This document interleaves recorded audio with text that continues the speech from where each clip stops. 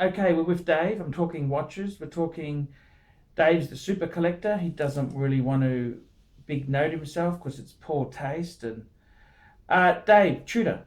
You were a man who used to love Tudor. I went into Tudor. You've had Black Bays. You've I've had had the more. Monte Carlo. You've had multiple Black Bays. You had the ETA Black Bay, and you've also I had blue, the in-house in-house, GMT. GMT. You had the Pepsi. Had the Pepsi. You were holding a Pepsi for me. Yes. Remember that? And what happened? We upgraded it to a Milgauss. Correct. What's happened with Tudor? Why don't you like Tudor anymore? Or do you like Tudor? Or what's like what's black, gone wrong? I think my taste has changed, and I sort of sat there and I thought, I've got all these little watches, and I'm not trying to put them down or anything, of lower value, and I thought, gee, I could really put that into... My taste changed to gold when I was able to get into some gold Rolexes. Yes. And I thought, why have these 6 watches when I can get rid of them and get a fuck off piece? Yes. So I sort of decided to do that, and Okay. I think I've enjoyed it. And let's be honest, if we look at what Tudor has done in the latest Basel world, they've lost the plot. Okie dokie. You think they've lost the plot? Yes. Oh, they've got to stay. Why is that? Why do you say that? Tudor has got They just need to stick with the Black Bays. That's it. I The rest of it's garbage. The rumour was they're going to bring out a Submariner. They've been fantastic for them to do that. But what did they bring out? They brought out this that fucking PO1 garbage. I must admit that is It's horrid. I wouldn't go that far, but it is.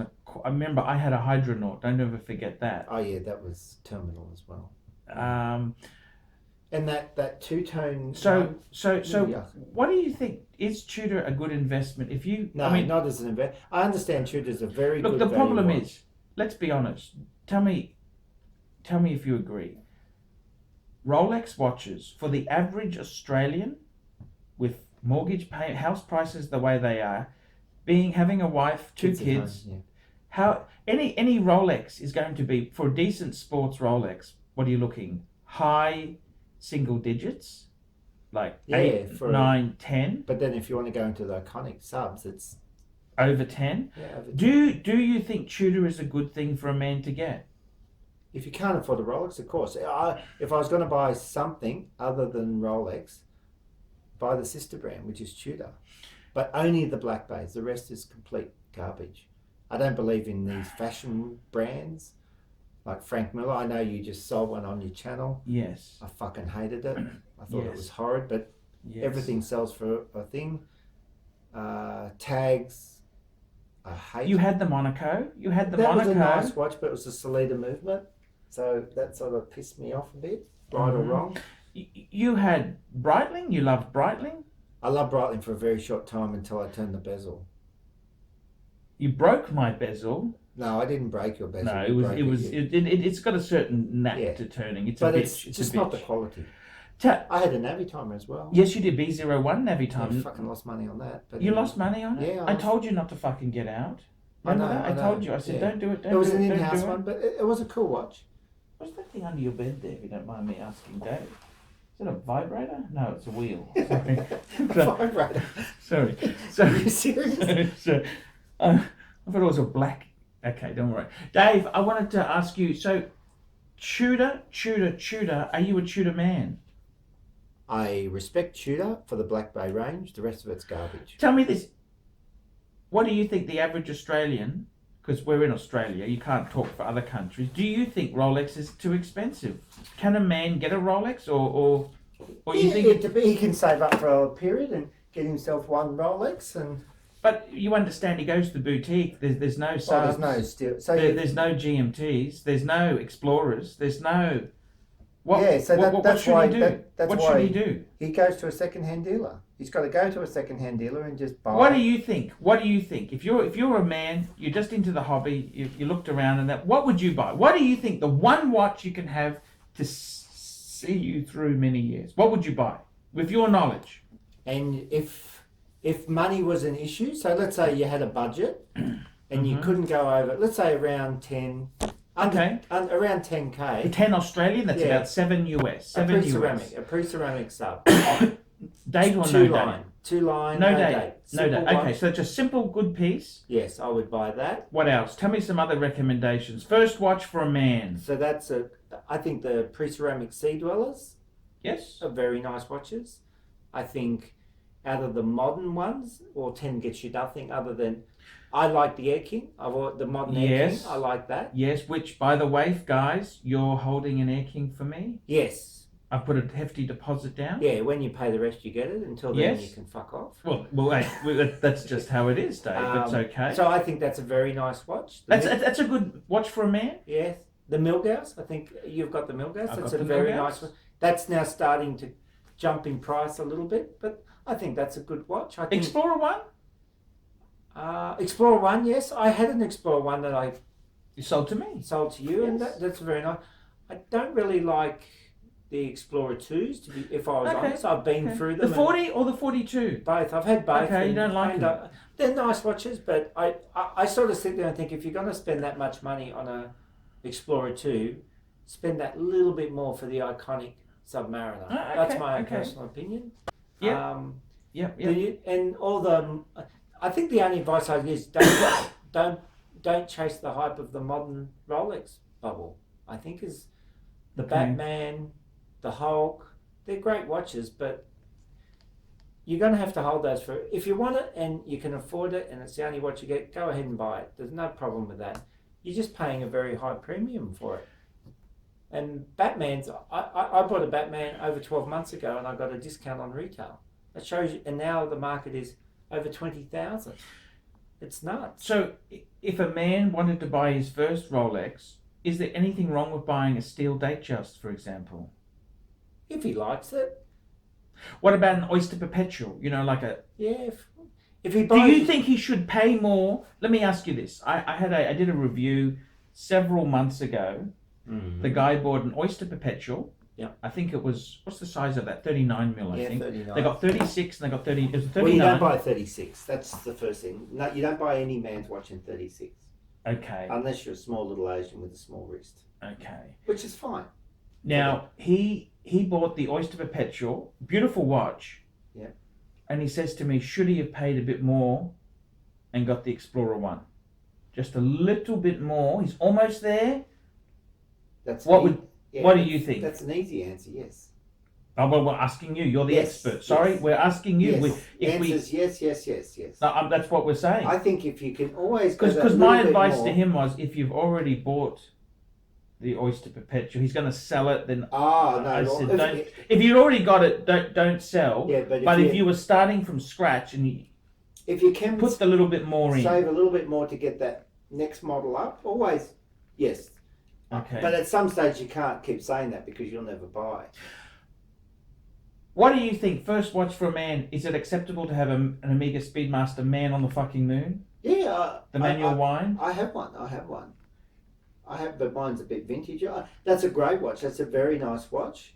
And I'm a believer in, like you said, the House-Light glass manual wind. Yeah. The other newer models, Like the Ultraman. Oh, the Ultraman's garbage. It's all the Ultraman is just. They've taken the bracelet off, put it on a fucking NATO, and they've limited it. Limited. So fucking what? You know, it's. I don't get the tin. I don't get the Tintin. Friends of mine said the Tintin's so cool. I did have a Dark Side of the Moon. I did like that watch. I particularly don't like ceramic. You don't like it. I did like I'm that. always scared of dropping the fucking thing. You know. The problem with that is because you're so clumsy, Dave. You're a bit clumsy, are you? No, I'm not. No. The watch. Look at that Daytona I gave you. Has it got a nick on it? No. No. And when we had the IWC together, who had the nick on theirs? You did. Yeah. Not me. Yeah. No. So no. So other brands. Tell me this. What about if a man? Let's talk about this, okay? Do you think Rolex is too expensive for the average man now? Unless he's buying a base one, yes. If he's buying only one watch for his whole life and he saved up and he saved a long time, I would say no. But if he's... Is it so terrible to get a Milgauss instead of getting a Batman or a Colt? No, of course not. Is it a compromise? It's a slight compromise, but it comes at a much cheaper price. Tell me this. do you think Rolex is no longer for the average man? Yeah, I'd have to say it's becoming so expensive now, but the demand seems to be there. So maybe I'm wrong, but I would say yes, it's not for the average man. No. Is it better to buy a Breitling, for example? No, you always save up more. Breitling's fucking terminal. I don't like Breitling. They just don't hold value unless you buy it so cheap. Unless you buy it, go to a dealer if you've got a Navitimer and see what they'll pay you for it. You'll be rather shocked. And that's why I said buy from dealers. You look on internet, Facebook, and see what people want for these. I saw a guy today listed a PAM, a very, very funky PAM for 20 grand. He wanted it was 5% under retail. Crazy. Go to a dealer and see what a dealer will give you that. He won't give you 10 grand for it. Yes. So, Dave, really? Rolex? As you've been saying in your videos, it's Rolex. Nothing else matters. Two-tone is terrible? Is two-tone bad? bad? I think now the two-tone's starting to come, the bluesies. The bluesie's always been, that's the... But you're now seeing they're selling about retail. The two-tone GMT, with now the GMT being discontinued, the two-tone they don't make the two-tone GMT in yellow gold anymore. They don't make the yellow, it's all rose gold now. Rose gold, yes. So that's kind of a cool watch. And that Daytona, you got two-tone that I missed. It's a very cool watch. Okay, so it's Rolex. There we go, guys. If you're saving up, Rolex. Save a little bit longer to get Rolex. The next iconic model if you can. Rolex. Okay, next video very soon. Hey guys, it's Paul Pluta. Paul Pluta, the method actor who plays ArchieLuxury. Hey guys, one of the ways that I raise funds... Oh, quick wristwatch check. Wristwatch checks I invented. I'm wearing a Milgauss. Guys, one of the ways that I stay full-time on YouTube is by doing paid reviews. Paid reviews. Basically, guys, what happens is you simply PayPal me $50 US, send me a description of your collection, also send me a low-res 1024 by 768, no larger than that because it clogs my mailbox. Send me some low-res photos and I'll do a collection review. I'll also suggest which pieces you should get rid of, which pieces you should add, and I'll tell you what I think of your collection. So guys, check out the Paul Pluta channel. It's $50 US for a paid review. Now guys, if you are struggling, if you are fuck die, and money is really tight, I'll do it cheaper. $30 if you're impoverished, if you're a teacher, if you are struggling to survive, a student, if you're unemployed, if you're just going through a big divorce and it's gone messy. You do anything, I'll do it cheap. I'll discount the rate, but you better have a good fucking reason, because if I find you trying to stiff me, I'll be really fucking angry, and I'll give you a really angry. Well, actually, that could encourage people to do that. Yes, I gotta tell you guys. The other thing I'm doing is, guys, I got in-character paid reviews. $100 US. $100 US if you want Satan DeVille to review your collection. $100 US if you want Captain Shitter to review your collection.